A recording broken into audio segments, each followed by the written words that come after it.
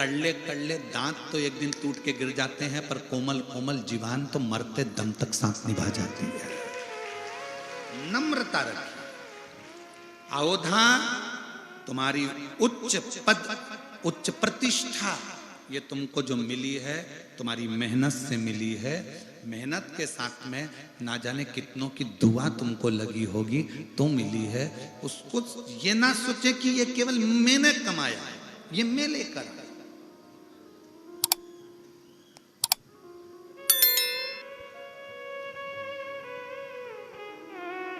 मां प्रथम शिक्षक है, मां प्रथम गुरु है, पिता द्वितीय गुरु है, पढ़ाने वाला टीचर तृतीय गुरु है, और तुम्हें मार्ग दिखाने वाला चौथा गुरु कोई सदगुरु है जिससे तुम गुरु दीक्षा लेते।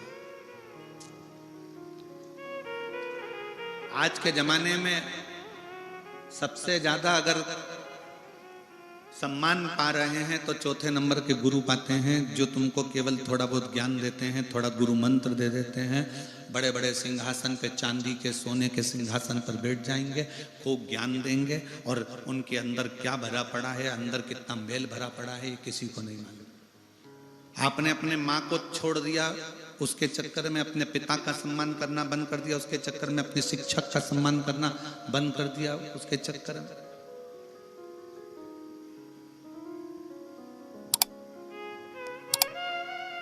सबसे प्रथम गुरु है मां, जो बचपन सुधारती है। दूसरा गुरु है पिता, जो जवानी सुधार देता है बच्चों को।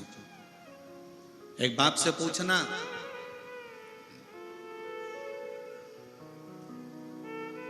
हमें एक पिता की एक बात स्मरण में आ गई। हम महाराष्ट्र में कथा करने के लिए गए थे, और वहां एक पिता की इच्छा देखिएगा, मैं उसका नाम नहीं लेना चाहूंगा।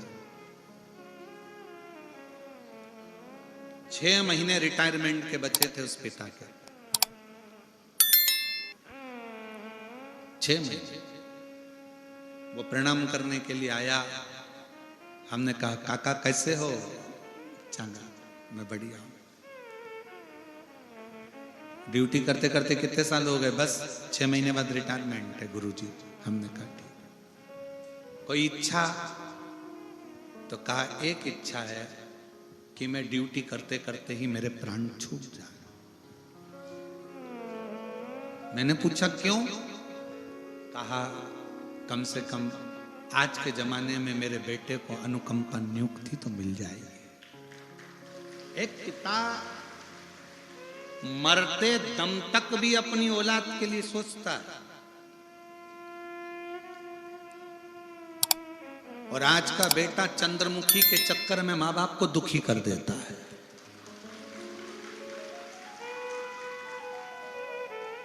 उसको यह नहीं मालूम कि चंद्रमुखी के चक्कर में खुद भी दुखी है।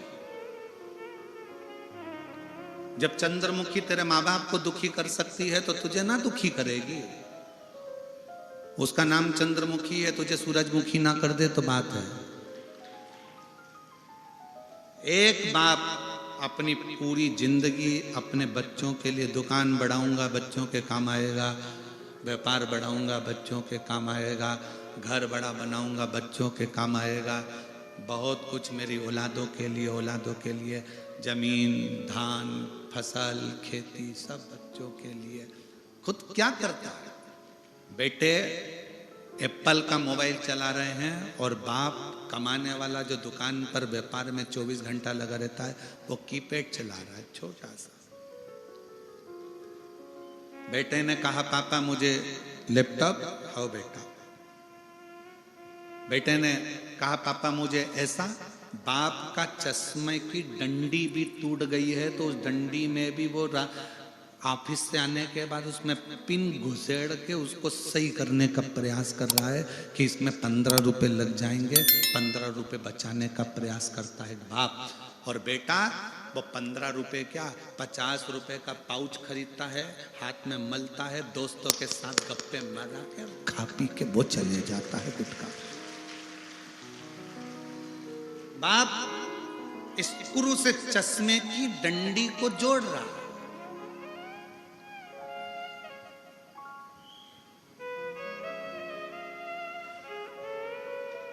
मेरी बेटियों, बेटाओं, मेरी माताओं, मेरी जीजियों, मेरे जीजाओं, बच्चों को एजुकेशन दो, खूब अच्छी दो, खूब अच्छा पढ़ाओ, पर साथ में उसको संस्कारित भी बनाओ। बहुत बड़ी पूंजी है संस्कार, बहुत बड़ी पूंजी।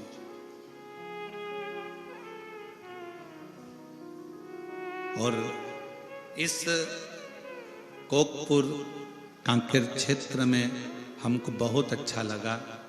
उसका कारण अच्छा लगने का केवल ये था कि यहाँ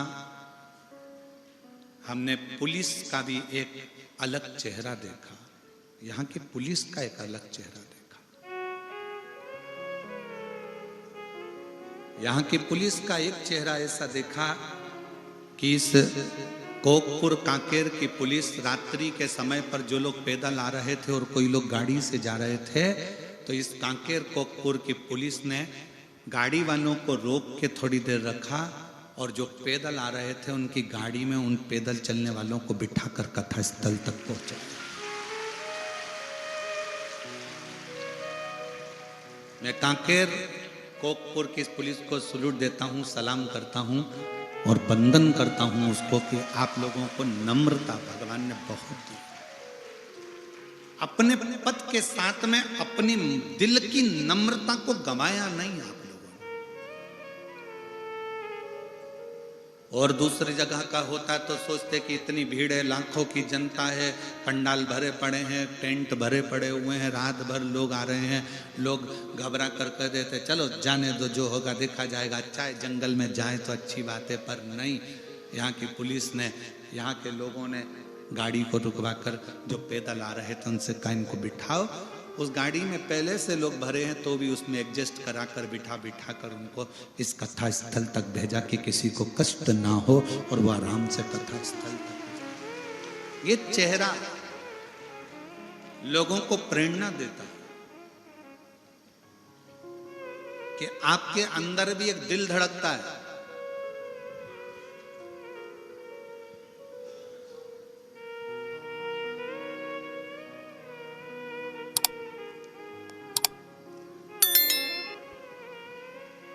आपके अंदर भी एक कोमल भाव है और वो हृदय से होना चाहिए। नौकरी करो, सर्विस करो, खूब अच्छी पढ़ाई कर कर तुम उच्च पद पर पहुंचो, पर उसमें थोड़ी सी नम्रता तुम्हारे जीवन को एक आनंदित कर सकती है।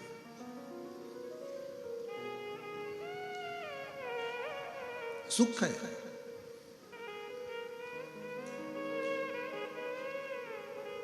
मैं जैन साहब कहना चाहूंगा इस कोकपुर के लोगों के लिए कि इतनी शीतलता है इस कांकेर कोकपुर के लोगों में, इतनी नम्रता है कि कांकेर कोकपुर का दूसरी जगह कथा होती है ना तो इतनी चिल्ला चोट होती है, इतनी चिल्ला चोट होती है, पर कोकपुर और कांकेर के इस क्षेत्र में, इस बस्तर क्षेत्र में सुनने वाले भी साइलेंट होकर कथा का लाभ लेते। नम्रता, सहजता आपका सबसे बड़ा गुण है। सहजता और वो होना चाहिए। रिद्धि सिद्धि कहती हैं कि हमारे पिता हमको जहां विवाह करना चाहेंगे हम वहां विवाह कर लेंगे, जहां पिता चाहेंगे।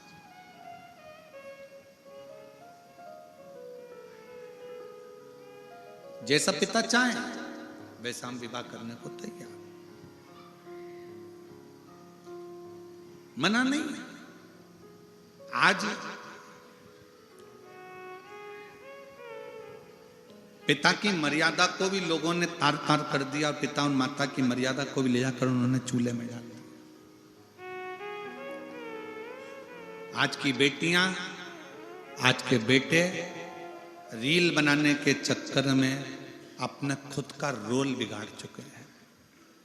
इतनी अश्लील रीलों का निर्माण कर रहे हैं और ये नहीं सोच रहे कि हमारे परिवार की गति क्या है, हमारे परिवार की गति क्या है।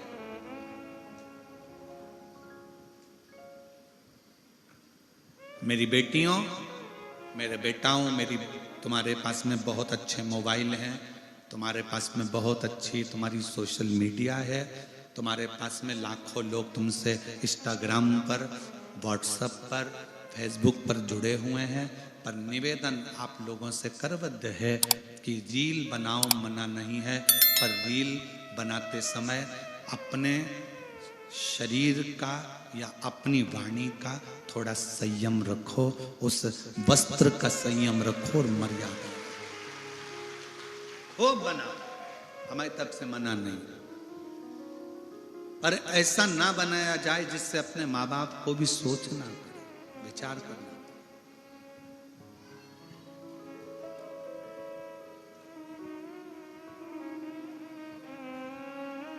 बहुत सावधानी रखिए। एक छोटा सा मैसेज आता है मोबाइल पर, आपसे ओटीपी पूछी जाती है, पूछते से ही फिर पूछा जाएगा आप यहां हो। आजकल सोशल मीडिया के माध्यम से कई लोग नकली पुलिस बनकर तुमको डराने का प्रयास करते हैं। तुम्हारा बेटा ने ये काम कर दिया है, वो बंद हो गया है, 5 लाख रुपए डलवाओ, हमने तुम्हें अकाउंट में भेजे हैं, हम इस थाने से थानेदार बोल रहे हैं, हम इस चौकी से बोल रहे हैं। किसी भी फोन पर, किसी भी मैसेज पर ध्यान मत देना।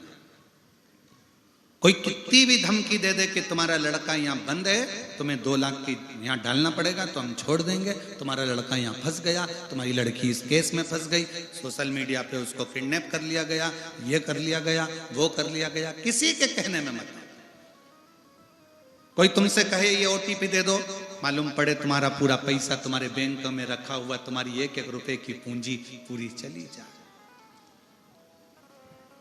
पूरी चली जाए। एक बूढ़ी मां राजस्थान का एक स्कूल में चपरासन की नौकरी करती, आंख से थोड़ी सी उसको तकलीफ थी, मोतियाबिंद आदि था, तो एक आंख से देखती थी, दूसरी आंख से उसको तकलीफ थी, दूसरी आंख से उसको तकलीफ। और वो बूढ़ी मां नौकरी करती, पैसा आता, डलवा देती। उसके पति की जगह पर उसकी नौकरी लगी थी, तो वो पढ़ी लिखी नहीं थी, बहुत ना के बराबर। छोटा सा मोबाइल आ गया और बूढ़ी माँ ने अपना पैसा इकट्ठा कर कर कर जो बैंक में उसकी तनख्वाह रखी थी, किसी ने उससे मैसेज करा, उससे ओटीपी पूछी और उसने वो ओटीपी बताई, उसका बैंक पूरा खाली हो गया। इतनी रोई कि मेरी जिंदगी की पूरी पूंजी चली गई। 4 लड़कियां उसकी, चारों विवाह के लायक, शादी पक्की हो गई थी, पैसा रखा था, तो सम्मेलन में शादी करने वाली थी, पर उसमें भी थोड़ा थोड़ा पैसा उसका जमा होना था। सम्मेलन में एक फॉर्म भरना था जिसमें 5-5 हजार रुपए या 10-10 हजार रुपए सम्मेलन में जमा होना था। उसके पास वो 10-10 हजार भी नहीं थे। 4-5 जगह गई, कोई ने उसकी मदद नहीं करी। तब उसने टीवी पर कथा सुन रखी थी, सीहोर पहुंच गई और मैं राजस्थान से हूँ, मेरा ये नाम है और ऐसा ऐसा है, बेटियों की शादी करना है। कुछ समिति से फोन आया, ऐसा ऐसा प्रसंग है। समिति ने निर्णय लेकर चारों बेटियों के फॉर्म जमा करवाए, पैसे जमा करवाए, सम्मेलन में जाकर बात कराकर चारों बेटियों का विवाह करवाया। माँ ने कहा कि मेरे से बस केवल ओटीपी पूछा गया, मेरे मैसेज आया और मैंने मैसेज पर बताया और मेरा पूरा पैसा चले गया, पूरा चले गया। थोड़ी सावधानी, प्रशासन तो अपनी जगह पर है जो आपको सावधान करता रहता है, पर थोड़ी सावधानी अपनी भी होना चाहिए, बहुत जरूरी।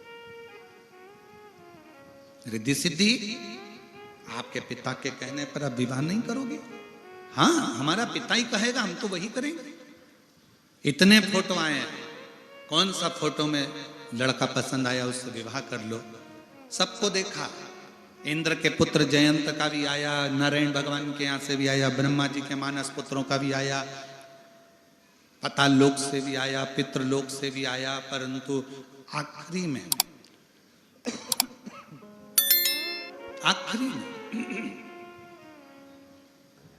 रिद्धि सिद्धि वन में विचरण करती करती करती करती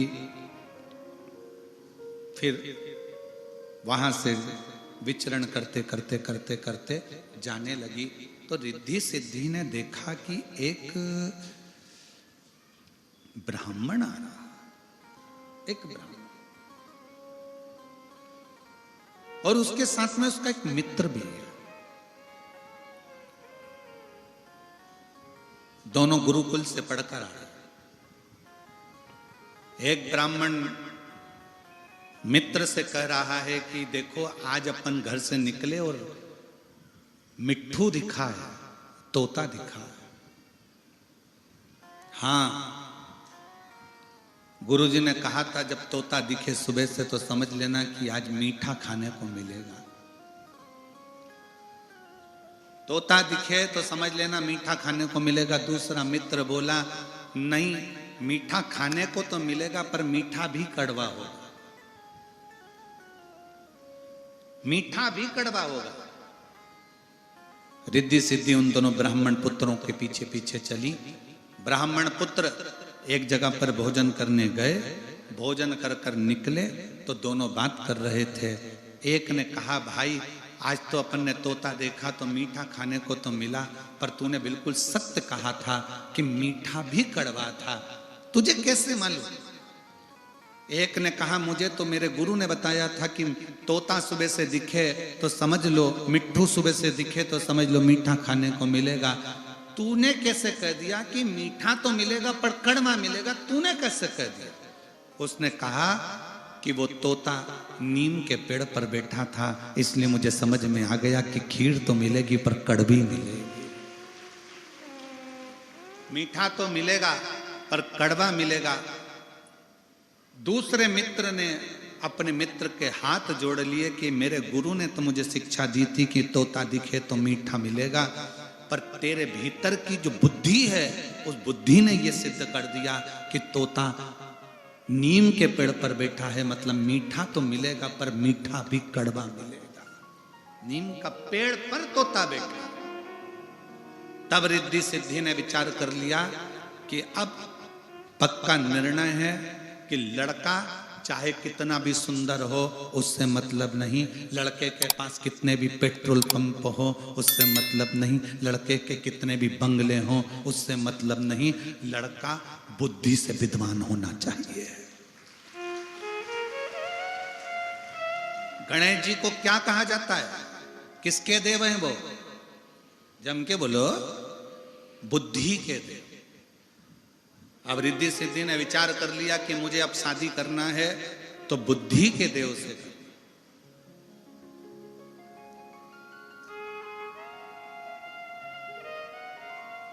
बुद्धि का देव हो, सरल हो, सहज हो, सम्मान देने वाला हो। मालूम पड़े पेट्रोल पंप देख लिया, गाड़ी देख ली, बंगला देख लिया और लड़की बिहा दी और लड़की को रोज का ताना दे, रात को 1-1 बजे आए दोस्तों के साथ, वो भी ड्रिंक कर कर आए, ऐसा लड़का किसी काम का नहीं। लड़का वो होना चाहिए भले थोड़ा धन कम हो पर तुम्हारी बेटी की इज्जत करे, उसका सम्मान करे, उसका आदर करे।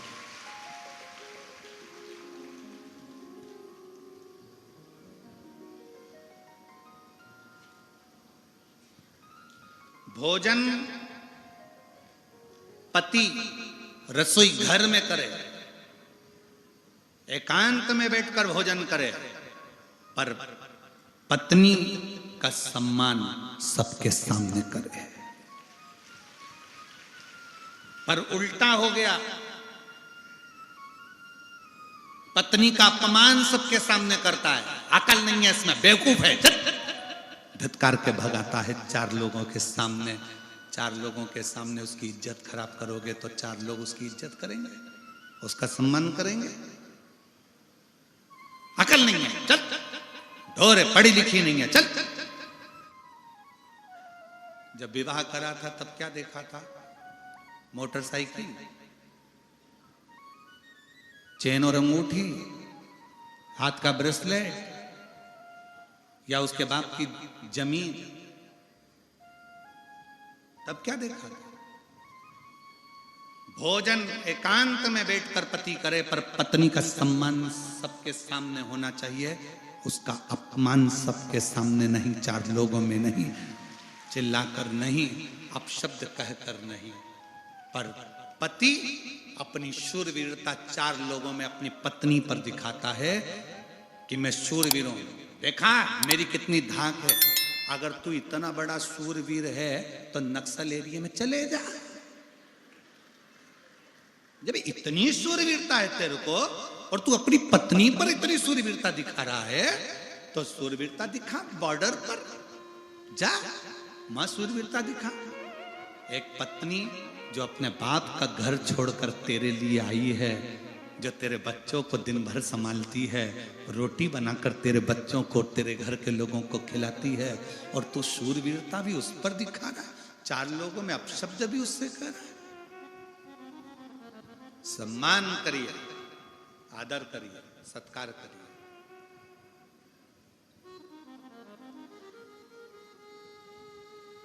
जिस घर में स्त्रियां ज्यादा रोती हैं ना, उस घर का विकास कभी नहीं हो सकता, क्योंकि दिल के अरमा आंसुओं में बह गए और अच्छे अच्छे सूरवीर पानी में डह गए। इसलिए सावधान इंडिया, सावधान कोकपुर कांकेर, सावधानी रखिए। सम्मान दीजिए सबके सामने, इज्जत करिए सबके सामने। डांटना है तो एकांत में जाइए। अरे रामचरितमानस से सीखो। कैकेयी जी को गुस्सा आया तो सबके सामने चिल्ला के बोली क्या? अरे बोलो तो जम के। कैकेयी जी को गुस्सा आया तो कहां गई थी? अरे अच्छे से बोलो जम के, कोप भवन।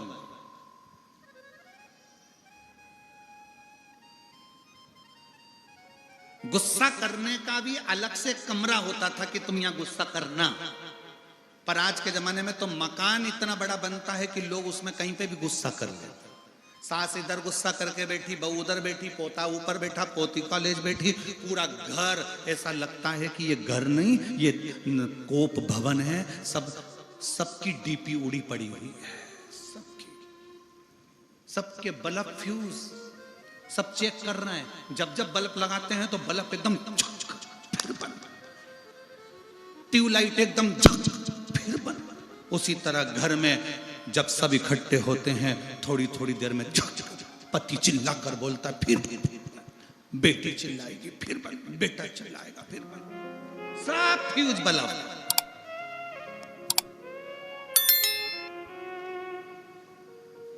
अरे भाई थोड़ा इन्वर्टर लगा लो, बल्ब शार्ट नहीं होंगे, बैटरी को चार्ज रखो, थोड़ा बहुत शिव महापुराण में जाकर बैटरी को चार्ज कर लिया करो, कथा सुन लिया करो, फ्यूज नहीं हो, फ्यूज नहीं हो। सावधानी बहुत जरूरी। रिद्धि सिद्धि अब कर रही है कि मैं विवाह करूंगी तो बुद्धि के देव के साथ करूंगी। बुद्धि का देव कौन? जम के बोलो जरा, गणेश। अब इनके यहां बंगला नहीं है, सोने का सिंहासन नहीं है, धन वैभव नहीं है, पर बुद्धि है, बुद्धि है, और बहुत जरूरी है। तुम्हारे पास में करोड़ों का धन हो और बुद्धि नहीं हो, कितनी सुंदर बात शास्त्र कहता है कि पूत सपूत तो की धन संचय और पूत कपूत तो की धन संचय। बेटा सपूत है तो पैसा जोड़ने की जरूरत नहीं है, वो खुद मेहनत से जोड़ लेगा, और बेटा कपूत है तो कितना भी जोड़कर चले जाओ वो सब राख मिला देगा। इसलिए बुद्धि है तो प्रॉपर्टी भी संभालेगा, घर भी संभालेगा, परिवार भी संभालेगा, सत्ता भी संभालेगा, वैभव भी संभालेगा, सब कुछ संभाल सकता। पर यदि बुद्धि ही नहीं है तो फिर क्या संभालेगा? गणेश जी को जब भी गणेश चतुर्थी पर आप अपने घर में लेकर आते हो, शादी में गणेश जी की पूजन करते हो, घर में शुभ कार्य होता है, सत्यनारायण जी की कथा होती है तो गणेश जी की पूजन करते हो, मंगल कार्य हो तो घर में गणेश जी की पूजन करते हो। क्यों करते हो? कि गणेश जी महाराज हमारे घर में तुम्हारी पूजन हो रही है, तुम बुद्धि देना सबको कि सब शांति से रहें। गणेश जी महाराज बुद्धि देना कि सब कार्य अच्छे से हो। गणेश जी महाराज बुद्धि देना सब कार्य सफलता की ओर हो। ऐसी कृपा कर दो, ऐसी करुणा कर दो। रिद्धि सिद्धि ने विचार कर लिया कि मैं बुद्धि के देव भगवान श्री गणेश जी महाराज के साथ में मंगल विवाह हुआ।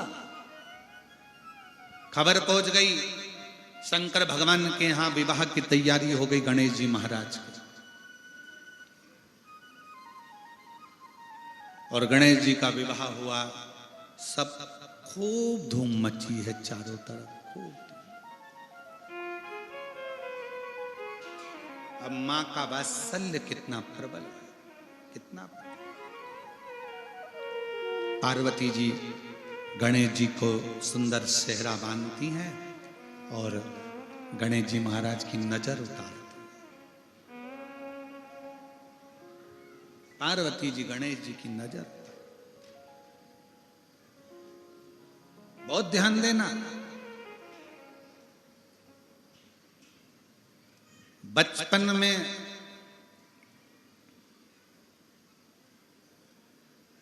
बच्चे को नजर से बचाने के लिए मां कितना कितना प्रयास करती है। मिर्ची लाएगी, नमक लाएगी, उसके ऊपर से उतार के चूल्हे में झोंक आएगी, भले पड़ोसी को मिर्ची की दांत लग लग के मर जाए। मां है, बच्चे को नजर से बचाने का कितना कितना प्रयास करती है मां। बोलो री जीजियो, सही बात है कि गलत बात है? जम के बोलो जरा, सही है। एक मां अपने बच्चे को नजर से बचाने का अथक प्रयास करती है। मेरी माओं से निवेदन है, बच्चे को बचपन में जैसे तुम नजर से बचाते हो, उसी तरह जवानी में बच्चों को बुरी आदत से भी तुम्हें बचाना है। नजर से तुम बचा सकते हो तो बुरी आदत से भी तुम बचा सकते हो। बुरी आदत में बच्चा गलत काम कर कर आए, उसको समझाओ, ना समझे, दूसरी बार, तीसरी बार, चौथी बार समझाने का प्रयास करिए। नजर से बचाने का प्रयास करिए। जैसे नजर से बच्चे को बचाने के लिए मिर्ची झोंक देती हो, तो बुरी आदत से बचाने के लिए तुम भी कुछ ना कुछ अच्छा कर सकती, कर सकती।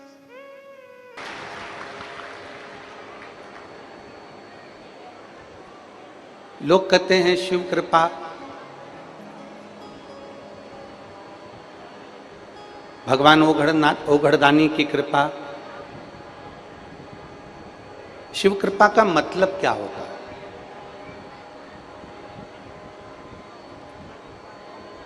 शिव कृपा का मतलब यह नहीं है कि जीवन में दुख नहीं आएगा। शिव कृपा का मतलब यह है कि जिंदगी में दुख ऐसा कोई मानव नहीं, संसार का ऐसा कोई मनुष्य नहीं जिसके जीवन में दुख ना आए। शिव कृपा का मतलब होता है कि जीवन में दुख तो आएगा, पर वो दुख मेरे महादेव की कृपा जब होती है तो मालूम नहीं पड़ता वो दुख कैसे अपने आप कट जाता है और समाप्त हो जाता है। उसको शिव कृपा कहते हैं।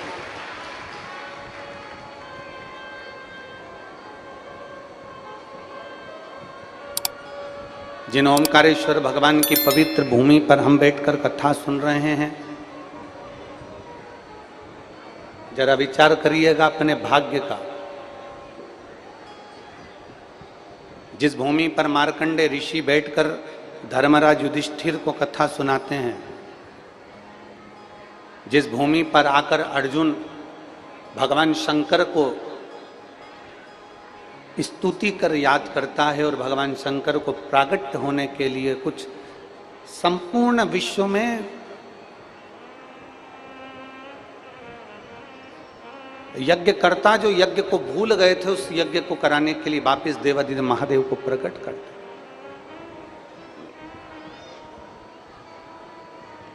इंद्र के सारथी मातली भगवान शिव का जिस भूमि पर गुणगान करते हैं,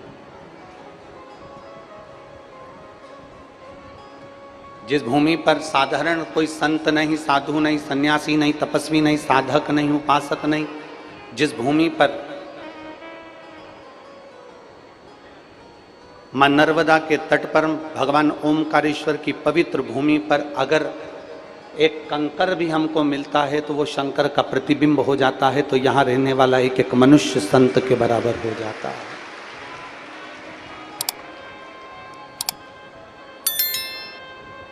साधारण नहीं हो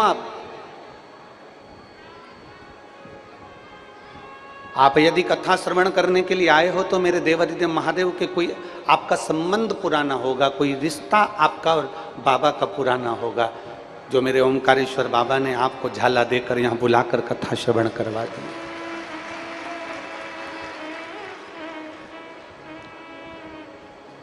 बस शिव कथा कहती है, भगवान देवादिदेव महादेव का चरित्र कहता है। जितना अपने भरोसे को दृढ़ बनाते चले जाओगे उतना मेरे शंकर के करीब होते चले जाओगे। स्वयं ब्रह्मदेव भगवान शिव को नहीं जान पाए थे।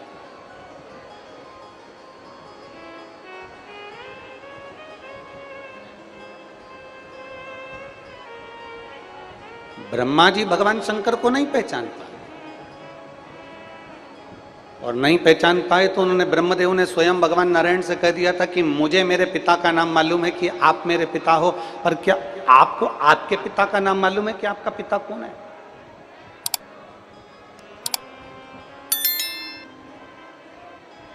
क्या आपको मालूम है कि आपके पिता कौन है? अब जरा विचार करिएगा, भगवान ब्रह्मदेव, भगवान ब्रह्मा स्वयं कह रहे हैं भगवान विष्णु से कि आपके पिता का नाम क्या है, आप स्वयं बताओ। और भगवान देवादिदेव महादेव का नाम लेने में मेरे नारायण पीछे नहीं हटे। मेरे भगवान विष्णु ने उसी समय कह दिया कि मेरे पिता भगवान देवादिदेव महादेव भगवान शिव है।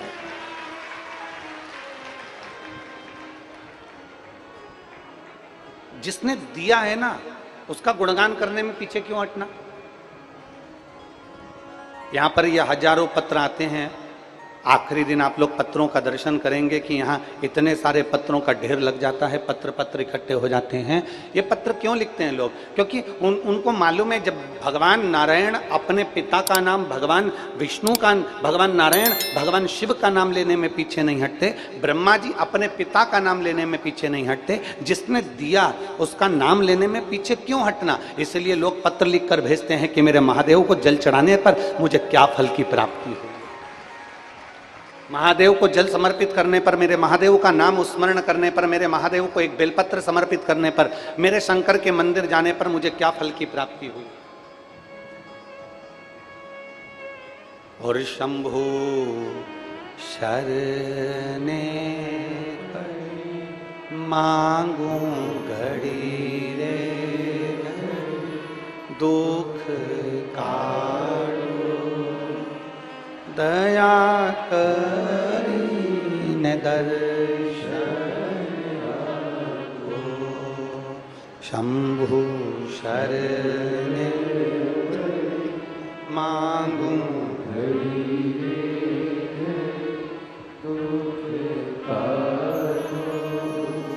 दया करीने दर्शन। जब तुम्हें महादेव दे, जब तुम पर महादेव कृपा कर दे, जब तुम पर देवादिदेव महादेव की करुणा हो जाए, तो उस समय पर समझना कि मैं अकेली नहीं, मेरे साथ में मेरा शंकर, मेरे साथ में मेरा देवादिदेव महादेव मेरे संग में चल रहा है। अच्छा, शिवजी को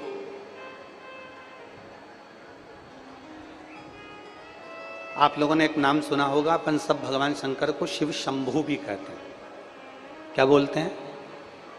जम के जरा बोलो, शिव शंभू। शंभू का मतलब क्या है? स्वयं भू। शंभु का मतलब क्या है? स्वयं प्रकट होने वाला, आजन्मा, मृत्यु से परे। मेरे राम जी महाराज को पृथ्वी पर आना पड़ा तो मेरे राम जी महाराज को वापस जाना पड़ा। मेरे भगवान कृष्ण को पृथ्वी पर आना पड़ा तो मेरे भगवान कृष्ण को वापस जाना पड़ा।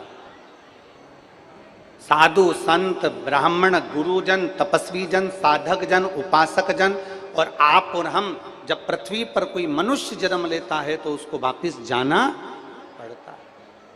मानव का जन्म मिला है तो वापस जाना पड़ता है।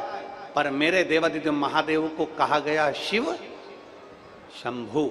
शंभु का मतलब है कि जो स्वयं प्रकट हुआ है, जो स्वयं सामने प्रकट हो गया, जो स्वयं है, जिसका कोई माता नहीं, जिसका कोई पिता नहीं और जिसका कोई शुरुआत से लेकर कोई अंत नहीं दिखता, वो स्वयं शिव शंभु स्वयं प्रकट होता है और अपने जनमानस का कल्याण करता है स्वयं।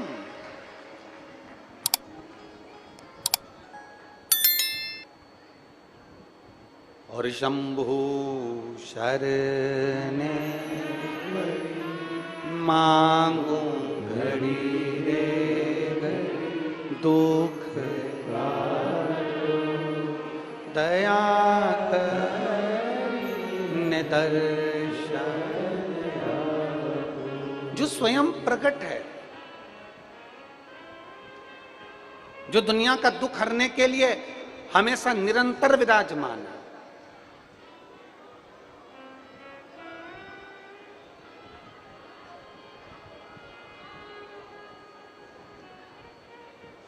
कल माननीय विधायक जी पटेल जी के साथ में मां नर्मदा जी का पूजन करने के लिए, मां नर्मदा जी की कृपा से, मां नर्मदा जी कहीं इशारा कर कर झाला देकर अपने पुत्र को बुला ली होगी तो मां की करुणा हुई तो नर्मदा जी का पूजन करने के लिए गए। अम्मा नर्मदा जी का पूजन करने के लिए गए। वहां पर विप्र ब्राह्मण श्री श्री रविशंकर जी महाराज जी के सानिध्य में जो आश्रम है, उसी में जो वेदशाला पाठशाला है, वहां के विद्वान ब्राह्मणों ने पूजन कराई।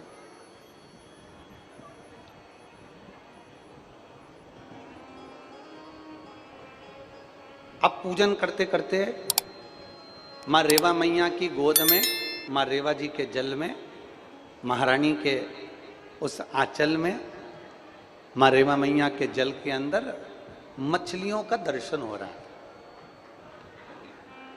जरा ध्यान देना कथा पर, बहुत बहुत जो अनुभव किया वो बताने में कुछ नहीं जाता।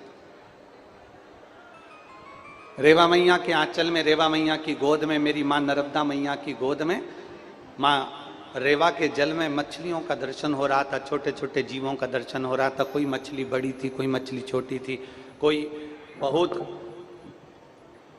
बहुत छोटा सा जीव था, कोई बड़ा जीव था, और वो रेवा मैया की गोद में अटखेलियां कर रहे थे।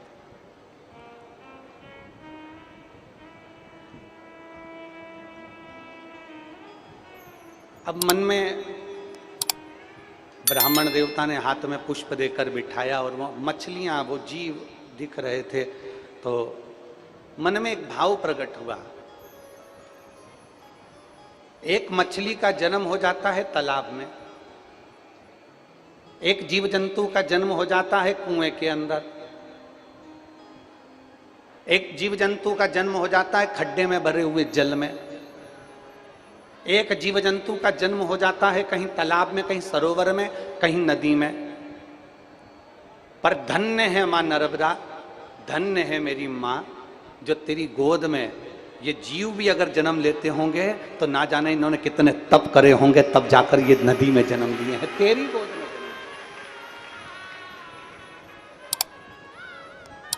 मां इन मछली ने, इन कीड़ों ने, इन जीवों ने मां कितना तप करा होगा, कितना तप। मां इन जीवों ने कितना तप करा होगा, तप तेरे जल में है माई नर्मदा।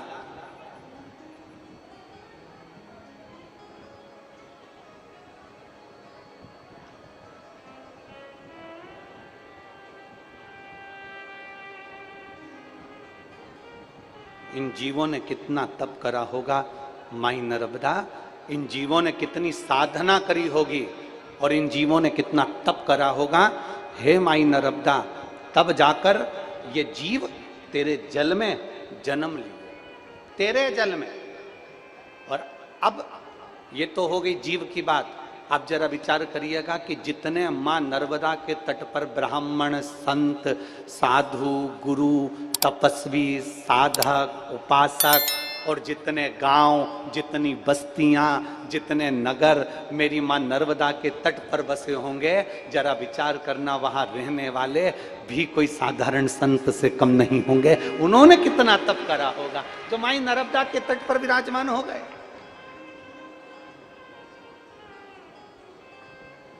और जितने आज कथा में बैठे हो, पंडालों में तो जगह नहीं है, पर रोडों पर जो बैठे हुए हैं, पेड़ों की छांव में जो बैठे हुए हैं, जो इधर उधर जहां तहां विराजमान है, गाड़ियों के नीचे अपना अपना टेंट, अपना अपना छाता लगा लगा कर जो लोग बैठे हुए हैं, जरा ध्यान देना कि मां नर्मदा की गोद में जो जीव जन्म लिया वो भाग्यशाली है। मां नर्मदा के तट पर जितने जीव रह रहे हैं, जो गांव, जो संत, जो शहर, जो नगर, साधु, सन्यासी, ब्राह्मण, संत, तपस्वी जो मां नर्मदा के तट पर रह रहे हैं, वो तो भाग्यशाली हैं। पर आज आप और हमारा भी भाग्य है जो मां नर्मदा ने अपने को झाला देकर यहां कथा सुनने के लिए बुला लिया।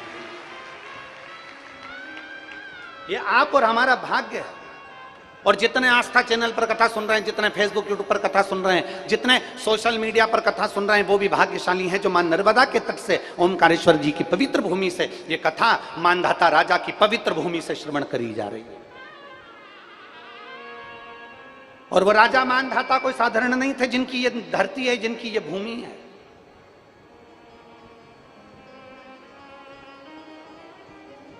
उज्जैन में क्या महाकाल बाबा ऐसे ही प्रकट हो गए? काशी में क्या मेरे विश्वनाथ जी ऐसे ही प्रकट हो गए? सोमनाथ जी में क्या मेरे सोमेश्वर महादेव ऐसे ही प्रकट हो गए? नागेश्वर भगवान क्या ऐसे ही प्रकट हो गए? मल्लिकार्जुन क्या ऐसे ही प्रकट हो गए? केदारनाथ जी में क्या केदारेश्वर बाबा ऐसे ही प्रकट हो गए? क्या वेदनाथ जी में वेदनाथ जी ऐसे ही प्रकट हो गए? क्या ओमकारेश्वर में मेरा ओमकारनाथ ऐसे ही प्रकट हो गया? नहीं, मेरा ओमकारेश्वर बाबा ऐसे ही प्रकट नहीं हुआ। ना जाने कितने तप साधना कितना कितना करा होगा, तब जाकर हमको और आपको, और ये कली काल में 12 ज्योतिर्लिंग में अगर लिंग का दर्शन, शिव का दर्शन यदि आप और हमको हो रहा है, तो अपने आप को भाग्यशाली समझना कि मेरे भोले बाबा की बड़ी कृपा है जो 12 ज्योतिर्लिंग का दर्शन हो रहा है।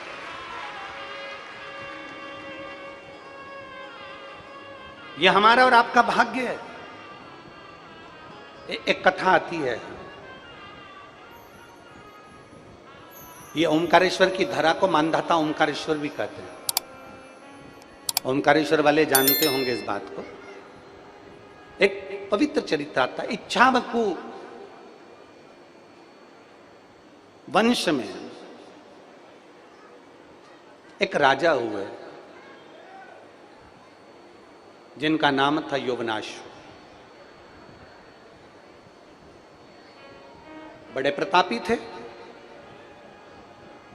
बड़े धर्मात्मा थे, भगवान की अविरल भक्ति में डूबने वाले थे,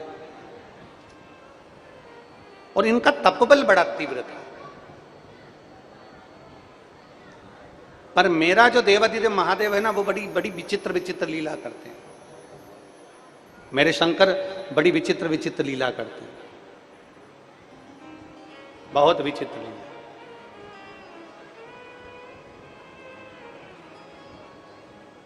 अब शिव महापुराण की कथा कहती है, हमारे भजन पर, हमारी तप साधना पर, हमारे भोजन का बड़ा प्रभाव पड़ता है। एक लाइन बहुत लोग गुनगुनाते हैं, आज अपन भी गुनगुनाए कि जैसा खाया अन्न, बोलो बोलो जम के बोलो रे निमाड़ वालो, जैसा खाया अन्न वैसा हो गया।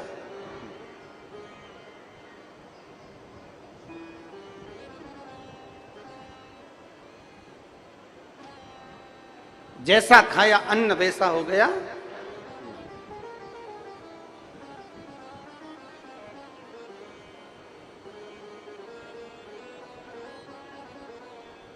अन्न का प्रभाव। एक चरित्र आता है, एक राजा थे, एक सेठ था, और वो सेठ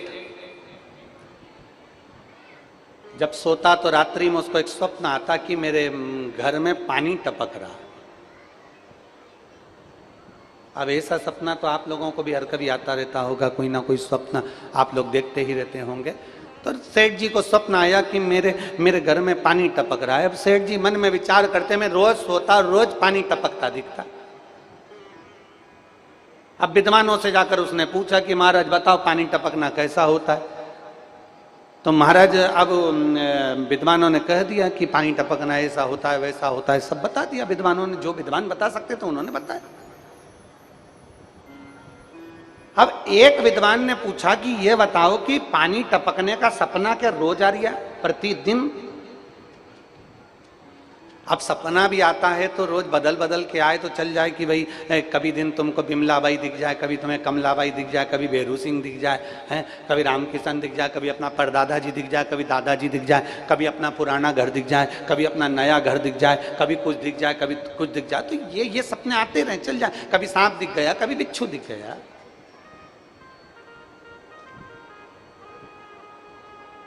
ये सपना तो आता रहता है।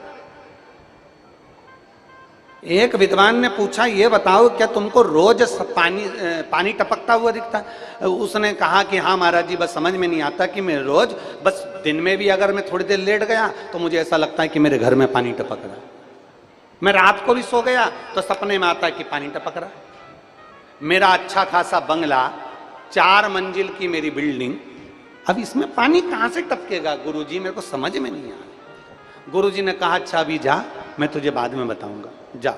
अब वो सेठ जी चले गए, और सेठ जी गए तो वो जाते जाते जाते जाते 3-4 दिन बाद फिर वो अपने मित्र को लेकर संत के पास आ गए। गुरुदेव गुरुदेव गुरुदेव। गुरुजी ने पूछा क्या हुआ? कि वो पानी टपक रहा अभी भी। गुरुजी ने पूछा अभी भी पानी टपक रहा? हाँ। पक्का? हाँ। अब गुरुजी ने पूछा एक बात बता, तू रोज तुझे पानी टपकता दिखता है सपने में, अब तू मुझे बता कि तेरे घर में कौन कौन रहता है? तो कहा गुरुजी मेरी पत्नी है, मेरा बेटा है, मेरी बेटी है, मेरे माता है, मेरे पिता है, मेरे घर में नौकर है, चाकर है, सब है। फिर गुरुजी ने पूछा अब ये बता भोजन कौन बनाता है? तो सेठ जी ने कहा एक भोजन बनाने वाली बाई आती है माता जी, और वो भोजन बनाती है। अच्छा ठीक है, भोजन बनाती है वो? हाँ ठीक है। और तू भोजन करता है? बिल्कुल। घर का कोई व्यक्ति भोजन नहीं बनाता? नहीं, मेरी पत्नी परोसती है, पर भोजन वो बाई बनाती है, भोजन वो माँ बनाती है। ठीक है।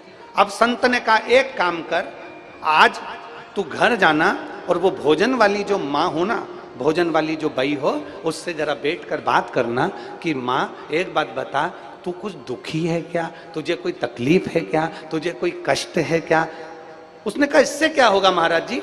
तो सेठ जी से कहा सेठ तू जरा जाकर मालूम तो कर। अब सेठ जी गए, भोजन बनाने वाली माँ जब भोजन बना रही थी, भाई जब भोजन बना रही थी, सेठ जी उसके पास में गए और जाकर पूछ लिया माँ एक बात बता, तू भोजन बनाती है, तेरे को कोई कष्ट है क्या? तेरे को कोई दुख है क्या? तेरे को कोई तकलीफ है क्या? इतने में बूढ़ी माँ रोती हुई बोली मैं क्या बताऊं सेठ जी, मेरा घर, बारिश का समय, 3 बच्चे मेरे, और वो घर में छपरे में से पानी दिन भर टपकता रहता है। मैं उसके टेंशन में इतनी रहती हूं, मेरे बच्चे गीले होते रहते हैं, मैं कैसे उनको सुलाऊं? ये मेरा दुख है। मैं दिन भर यही सोचती रहती हूँ मेरे बच्चे कैसे सोएंगे, क्या करेंगे, पानी टपकता है मेरे घर के अंदर, बस वो मेरी तकलीफ है। इतने में दौड़ कर सेठ जी अपने संत के पास गए। गुरुजी मैंने उससे पूछ लिया, वो कह रही थी कि मैं दुखी हूं, मेरे घर में पानी टपकता है। बस गुरुजी ने कहा भोजन बनाने वाली जैसा भोजन बनाते समय अपनी बुद्धि और विवेक को रखती है, वैसा खाने वाले पर असर पड़ जाता है, और वो असर तुझ पर पड़ गया, वो असर तुझ पे पड़। जैसा खाया अन्न, बोलो बोलो रे जी जीवन सब बोलो, मेरे जी जान भी बोलो, जैसा खाया अन्न वैसा हो गया मन।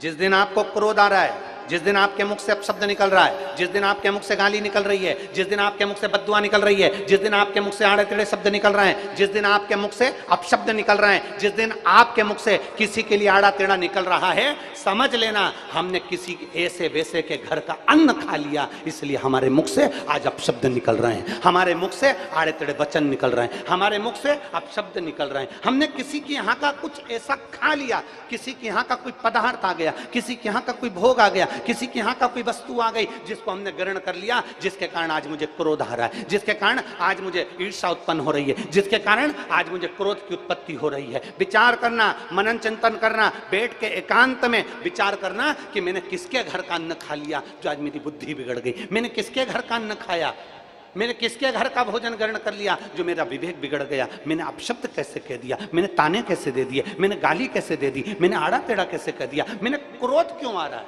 जब घर में सब नॉर्मल है, जब घर में सब शांति है, तो तुम्हें क्रोध क्यों आ रहा है। समझना कि हमने कहीं किसी के घर का ऐसा अन्न तो नहीं खा लिया जिस अन्न के कारण आज हमें तकलीफ भोगना पड़ रही है। और मत बुरे कर्म कर बंदे वरना पछताएगा, भगवान की आंखों से तू बच नहीं पाएगा, तू बच नहीं पाएगा। अरे ओ अज्ञानी मत करना नादानी, अरे ओ अज्ञानी मत करना। जरा विचार करिए अपने भीतर, जरा अपने भीतर विचार करिए कि हम कौन सा अन्न ग्रहण कर रहे हैं। दो जगह बहुत ध्यान देना महाराज, आप ब्रज की रज में जाएं, मां यमुना जी का पान करिए। आप मां रेवा के तट पर जाएं, मां नर्मदा जी के जल का दर्शन और पान करिए। आप मां गंगा के घाट पर जाएं, काशी जाएं, हरिद्वार जाएं, आप प्रयागराज जाएं, मां गंगा के जल का आचमन करिए, प्रणाम करिए। और किसी मंदिर में, किसी मंदिर में, किसी देवालय में, किसी शिवालय में, मेरे राम के मंदिर में, मेरे कृष्ण के मंदिर में, मेरे शंकर के मंदिर में, मेरे नारायण के मंदिर में, मेरे गुरुजन के मंदिर में, मेरे दत्त भगवान के मंदिर में, मेरे भगवान के मंदिर में, 33 कोटि देवताओं के मंदिर में, और किसी सतगुरु की शरणागति में, किसी संत की कहीं समाधि स्थल पर, किसी संत के दरवाजे पर, किसी संत के आश्रम पर, किसी संत के द्वार पर अगर पहुंचे तो दो चीजों का स्मरण करना। एक बार वहां की रज को अपने मस्तक जरूर चढ़ाना, और दूसरी बार वहां अगर पीने के लिए पानी मिल जाए, जल आचमन करने के लिए मिल जाए, तो जल का आचमन जरूर करना। उससे हमारा मन, तन और बुद्धि पवित्र होती चली जाती है।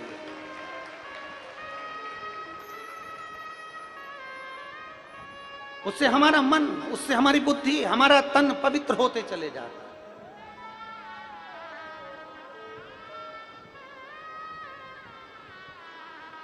मैं धन्यवाद दूंगा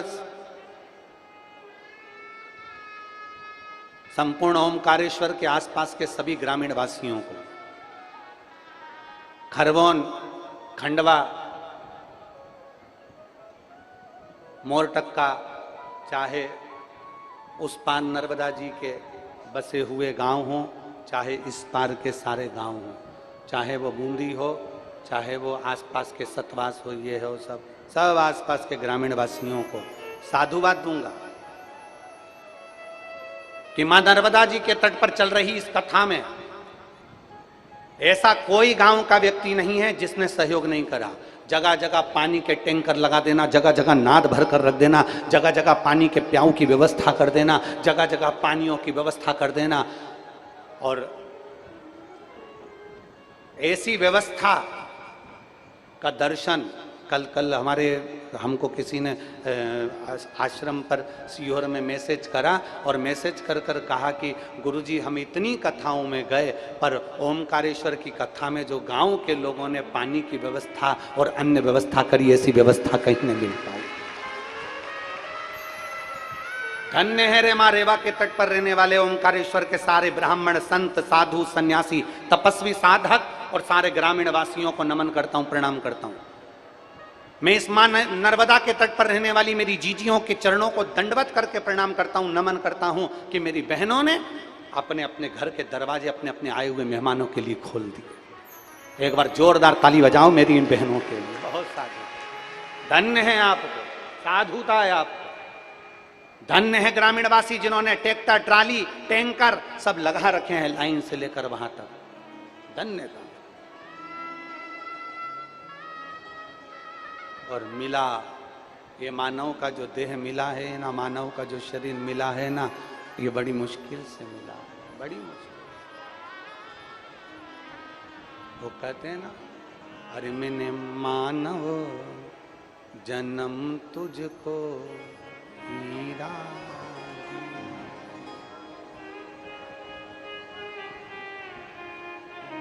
उसने बड़ी कृपा कर कर यह मानव जन्म दिया है, मानव का शरीर दिया। मैंने मानव जन्म तुझको हीरा दिया, तू यूं ही गवाए तो मैं क्या करूं। मैंने मानव जन्म तुझको हीरा दिया, तू यूं ही गवाए तो मैं क्या करूं। मैंने नैनों में ज्योति बराबर है दी, मैंने नैनों में ज्योति बराबर है दी। तो गीता ना पढ़ता तो मैं क्या करूं। मैंने मानव जन्म तुझको हीरा दिया, तू व्यर्था गवावे तो मैं क्या, मैं क्या कर सकता हूं। मैंने वाणी, मैंने जिभ्या पे वाणी बराबर की दी, मैंने जिभ्या पे वाणी बराबर की दी। हरि नाम ना जपता तो मैं क्या करूं। शिव नाम ना जपता तो मैं क्या करूं। मैंने मानव जन्म तुझको हीरा दिया, तू यूं ही गवा दे तो मैं क्या, मैं करूं तो करूं क्या, क्या कर सकता। कितनी मिन्नत से, कितनी प्रार्थना से, कितने भाव से, कितने दिल से, कितने निवेदन से, कितने कितने भाव से हाथ पैर जोड़कर भगवान ने यह मानव का शरीर दिया। और ये मानव का शरीर हमको मिला और उस मानव के शरीर को हमने व्यर्थ गंवा दिया। तो उस शरीर का फिर मूल तत्व क्या, क्या मूल तत्व। इच्छावकु वंश में यौनाश्व नाम के एक राजा हुए, जिनका भजन प्रबल था, जिनकी भक्ति प्रबल थी, जिनका विश्वास प्रबल था। और जिनकी भक्ति, जिनका विश्वास, जिनका भरोसा प्रबल होता है, उस पर शिव की कृपा। एक पत्र है, देखिए।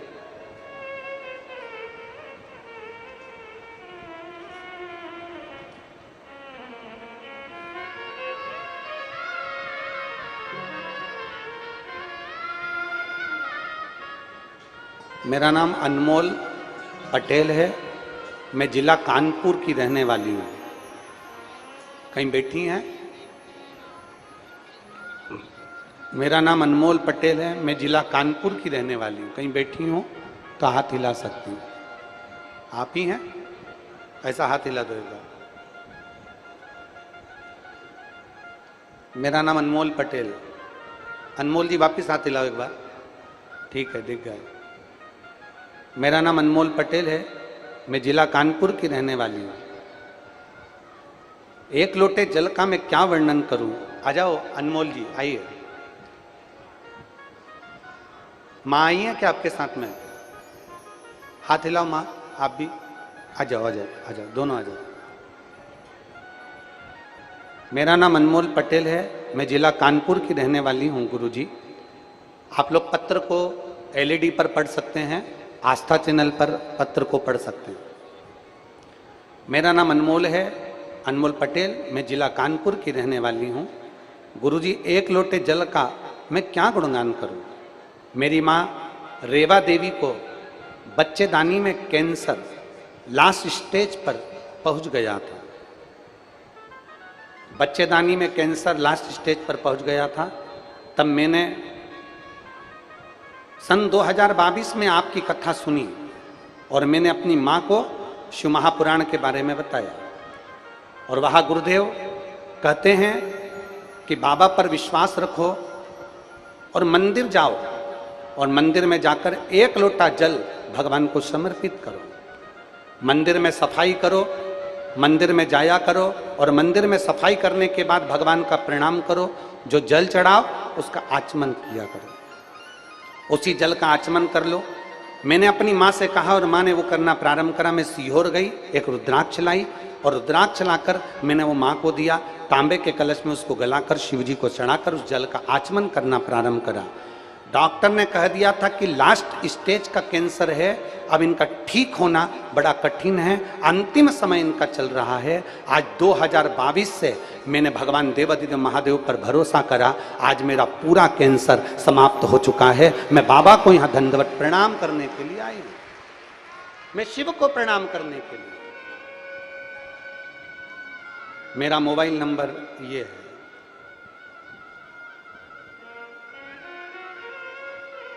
मेरे बाबा ने मेरी लाज रखी, 2022 से आज तक मुझे ठीक रखा है, ये शिव।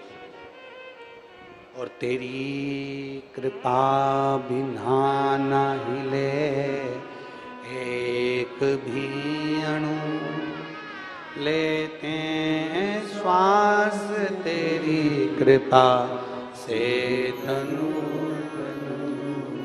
बखान क्या करूं मैं राखों के ढेर का, चपटी भगोत में खजाना कुबेर का। हे गंगधार मुक्ति द्वार ओंकार तू, भोले ओंकार तू। आयो शरण तिहार शंभु तार तार तू। हम देवादिदेव महादेव को अगर भरोसे के साथ में, हम देवादिदेव महादेव को विश्वास के साथ में, हम देवादिदेव महादेव को एक भरोसे के साथ, एक विश्वास के साथ हम देवादिदेव महादेव को जब रिझाते हैं तो मेरा महादेव सुनता जरूर है। मेरा शिव, मेरा ओघड़दानी, मेरा शंभू सुनता जरूर है।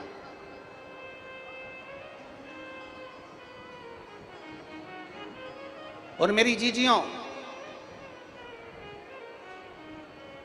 और जितने मेरे जीजा बैठे हैं और जितने मेरे भाई बहन यहां पर बैठे हैं, जितनी मेरी माताएं बैठी हैं, जितने मेरे भाई बंधु बैठे हैं, उन सब से कहूंगा, मेरी बेटियों से कहूंगा, मेरे बेटों से कहूंगा, आवाज में, मेरी बेटियों से कहूंगा, मेरे बेटों से कहूंगा, आप कर्म करो, मेहनत में कोई कमी मत आने देना। आपकी मेहनत में अगर कोई कमी नहीं आई तो यह विश्वास मानकर चलना, तुमने जो शंकर जी को एक लोटा जल चढ़ाया है तो भरोसा रखना कि मेरा बाबा तुम्हारी नैया डूबने नहीं देगा, तुम्हें पार जरूर लगा। हाँ, मेहनत ही ना करो। कई कई लोग संसार में ऐसे हैं जो भाग्य के भरोसे बैठे हुए हैं। हमें पंडित जी ने कह दिया, हमें महाराज जी ने कह दिया, हमें गुरु जी ने कह दिया, सब बदलेगा, समय आएगा तब हो जाएगा। कुछ मत करो, घर में बैठे हुए हैं, फालतू के बैठे हुए हैं, कुछ काम ही नहीं कर रहे और कह रहे हैं कि जब समय आएगा सब अच्छा होगा ना। फिर किसी ने पूछा तुम काम पर क्यों नहीं जा रहे, तुम काम क्यों नहीं कर रहे? तुम फॉर्म क्यों नहीं भर रहे, तुम कंपटीशन एग्जाम की तैयारी क्यों नहीं कर रहे, तुम पढ़ाई क्यों नहीं कर रहे, तुम मेहनत क्यों नहीं कर रहे। तो वो कई जीजियों कह देती, मेरी बेटियां कह देती हैं, बेटे कह देते हैं, हम तो एग्जाम दे दे के थक गए, अब नहीं दूंगी मैं तो, हम तो एग्जाम दे देकर थक गए, अब मैं एग्जाम नहीं दूंगी, हम तो मेहनत कर करके थक गए, अब मेहनत नहीं करूंगा, अब नहीं करूंगा। जो लोग कहते हैं ना कि हम फॉर्म भर भर के थक गए, हम मेहनत कर करके थक गए, हम परीक्षा दे दे कर थक गए, हम प्रयास कर करके थक गए, अब नहीं करेंगे, उनके लिए कथा आती है कि एक व्यक्ति रोड के किनारे पे से जा रहा था और रोड के किनारे पर हाथी बंधे थे, और हाथी भी बंधे थे तो वो रस्सी से बंधे थे। थोड़ा ध्यान देना, हाथी कैसे बंधे हैं, जम के तो बोलो, रस्सी से। अब व्यक्ति के दिमाग में आया इतना बड़ा हाथी और रस्सी से बंधा, अगर हाथी को बांधना था तो चेन से बांधना था, हाथी को बांधना था तो लोहे की जंजीर से बांधना था, हाथी बंधा वो भी रस्सी से। गजब के लोग हैं।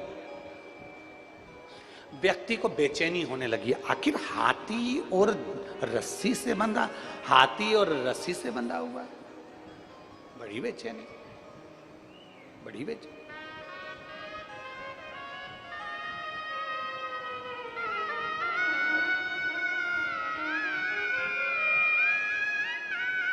समझो,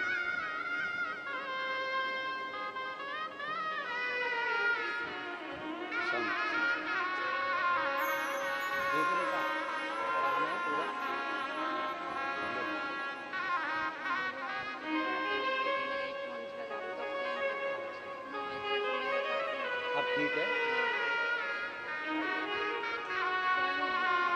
माँ कह रही हैं हम मंदिर जाते हैं, 2022 से कैंसर लास्ट स्टेज का था और डॉक्टर ने कह दिया था कि कुछ महीने की हूं, और 22 से मंदिर जा रही हूं और झाड़ू पोछा कर रही हूं, आज मैं पूर्ण तरह से स्वस्थ।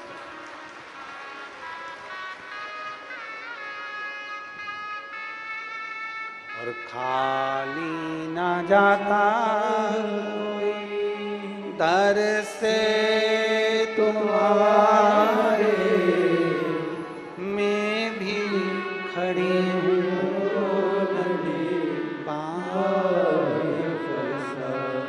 एक पत्र कल आया था, उस पत्र में एक बहन ने लिखा था कि मेरे बच्चे को एक ऐसी बीमारी हो गई जिस बीमारी का इलाज ना विदेश में है ना देश में।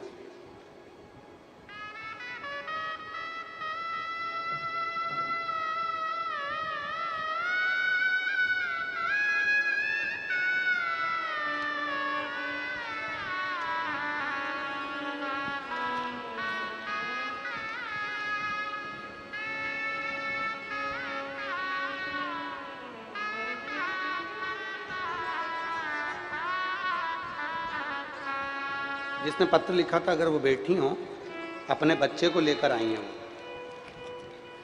जिनके बच्चे को एक बीमारी हो गई थी जिसका इलाज, जिसके कारण पूरे पांव से धीरे धीरे बच्चा चलना बंद कर देता है और शरीर उसका काम करना बंद कर देता है, जिस बीमारी का नाम भी उन्होंने लिखा था।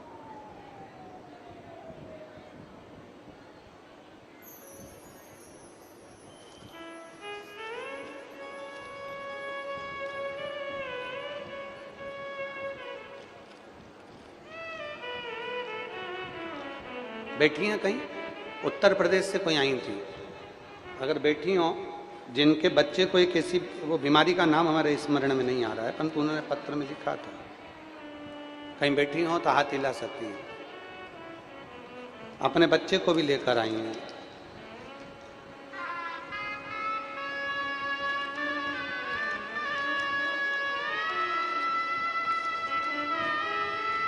शंभू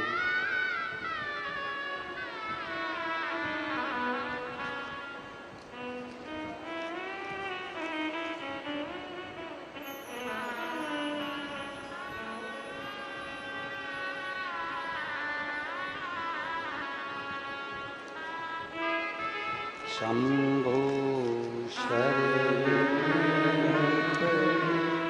मानो दुख काटो, दया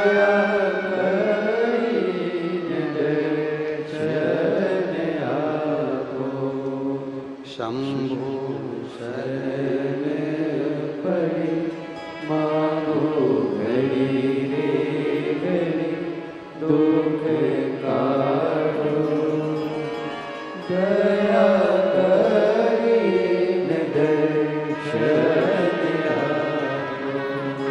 शिव कथा कह रही है, वो पत्र ढूंढना पड़ेगा, बहुत सारे शिव कथा कह रही है, भगवान शंकर का संवाद कर।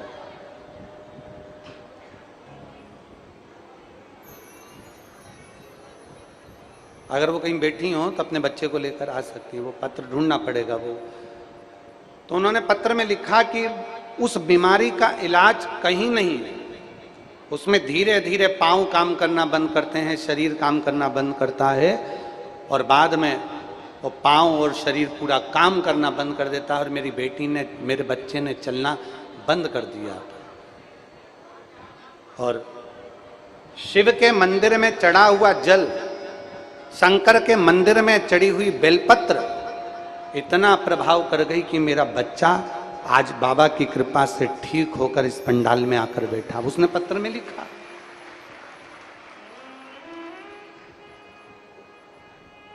कहीं बैठे हो तो हाथ जरूर हिलाइएगा। ये शिव कृपा से, ये शंकर की, यहां कोई नहीं है। और शिव महापुराण की कथा फिर कहती है, दुनिया के लोगों पर भरोसा करोगे तो एक दिन वो भरोसा टूट जाएगा, पर मेरे महादेव पर भरोसा करोगे तो कभी जिंदगी में नहीं टूटेगा। वो भरोसा टूट ही नहीं सकता।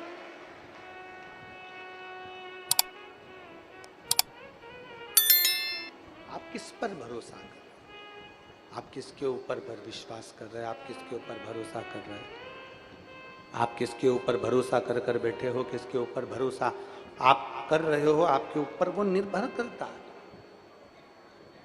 आपका विश्वास किसके प्रति है वो आप पर निर्भर करता है। परिवार, नाते, रिश्ते, कुटुंब, कबीला, अपने पराय, ये तो तुम्हारे ऊपर अपशब्द कहेंगे, ताने भी देंगे, गाली भी देंगे, आड़ा टेढ़ा भी कहेंगे। अब आपसे पूछें, आप कहीं जा रहे हो, जाते जाते ऊपर से पेड़ की डाली टूट के नीचे गिर गई तुम्हारे ऊपर, तो तुम क्या करोगे? जम के तो बोलो। अगर तुम जा रहे हो और पेड़ की डाली टूट के गिर गई तुम्हारे ऊपर, तुम्हारे सामने छोटी सी डाली तुम्हारे ऊपर गिर गई और तुम्हें जाना है, तो तुम करोगे क्या? बोलो, जल्दी से बोलो, क्या करोगे? पेड़ की डाली छोटी सी टूट के तुम्हारे ऊपर गिर गई और तुम्हें जाना है, तुम्हें इस रास्ते से निकल कर जाना है, कहीं जा रहे हो, तुम कहीं पहुंच रहे हो और तुम्हारे ऊपर पेड़ की डाली छोटी मोटी टूट टूटा के जरा सी डाली गिर गई, तो तुम करोगे क्या? उस डाली को पकड़ के बैठे रहोगे? उस डाली को लेकर अपने घर जाओगे? उस डाली को सबको दिखाओगे कि ये डाली में मेरे ऊपर गिरी थी, ये डाली मेरे ऊपर गिरी थी, ये डाली मेरे ऊपर गिरी थी, इस डाली से मुझे चोट लग गई, ये डाली मेरे ऊपर गिरी थी? बोलते जाओ जरा, करोगे? नहीं। क्या करोगे? अगर पेड़ की डाली तुम्हारे ऊपर गिरी है, तुमने वो पेड़ की डाली को उठाकर एक कोने में फेंका और अपन अपनी मंजिल की ओर आगे बढ़ गए, अपने कार्य के लिए आगे बढ़ गए, अपन चलते चले गए, अपन जा रहे, अपन अपनी मंजिल की ओर बढ़ते चले जा रहे। अब तुम में से कोई ऐसा है कि वो पेड़ की डाली को साइकिल पे मान लेगा, मोटरसाइकिल पे मान लेगा, गाड़ी में रख लेगा कि ये डाली मेरे ऊपर गिरी थी, मैं तो रखूंगी इसको, सबको दिखाऊंगी, ये डाली थी जो मेरे ऊपर गिरी थी, ये डाली थी जो मेरे रास्ते को रोक रही थी? नहीं। आपने डाली को उठाया, एक कोने में पटक दिया, आपने डाली को उठाया, एक रास्ते में पटक दिया, और डाली को एक रास्ते में पटक कर आप अपनी मंजिल की ओर आगे बढ़ गए। शिव महापुराण की कथा कहती है, कोई आपको ताना दे रहा है, कोई आपको गाली दे रहा है, कोई आपको अपशब्द कह रहा है, कोई आपकी बुराई कर रहा है, कोई आपकी निंदा कर रहा है, कोई आपको अपशब्द पर अपशब्द कहे, समझ लेना कि ये पेड़ की डाली आपके ऊपर गिरी है, इसको एक कोने में पटको और अपनी मंजिल की ओर आगे बढ़ते चले जाओ, अपने लक्ष्य की ओर आगे बढ़ते। उस व्यक्ति के मन में यह बात प्रश्न में अड़ गई कि हाथी और रस्सी से बंधा हुआ समझ में नहीं आ रहा है, हाथी को तो सांकल से बांधना था, हाथी को तो जंजीर से बांधना था, हाथी को तो चेन से बांधना था, फिर हाथी रस्सी से कैसे बंध गया? अब उस व्यक्ति के बुद्धि में ये बात जम नहीं रही थी, तो उसने वहां के हाथी के महावत से पूछा, महावत जी, ओ महावत जी। महावत आए। महावत ने पूछा, क्या बात है भैया, ये बताओ, इतना बड़ा विकराल हाथी रस्सी से बंधा हुआ है, समझ में नहीं आ रहा ये कैसे हो सकता है। महावत ने जो बात कही वो बात तुम्हारे दिल में लगना चाहिए। जो महावत ने कही, महावत ने कहा, ये हाथी जब छोटा था ना बच्चा, तब हम इसको रस्सी से बांध कर रखते थे, इसके पाँव को भी रस्सी से बांध कर रखते थे, इसके गले को भी रस्सी से बांध कर रखते थे। जब ये छोटा था रस्सी तोड़ नहीं पाता था, धीरे धीरे बड़ा होते चले गया, हाथी को लगने लगा ये रस्सी में तोड़ नहीं पाया, तो हाथी को ऐसा अनुभव होने लगा कि अब ये रस्सी कभी भी मुझसे टूटने वाली नहीं है, इसलिए हाथी रस्सी से बंध कर रहने लगा। हाथी को यह लगने लगा कि रस्सी मुझसे नहीं टूटेगी, क्योंकि बचपन से उस रस्सी को बांध कर रखा था।